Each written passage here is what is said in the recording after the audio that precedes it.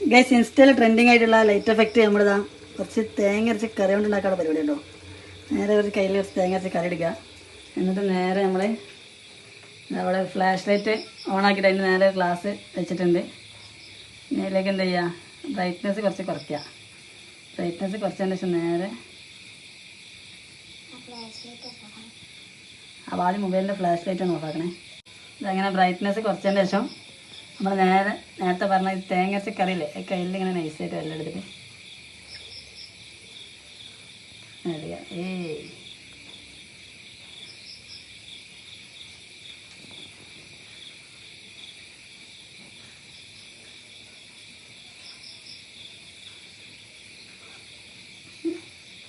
അങ്ങോട്ട് ഇങ്ങനെ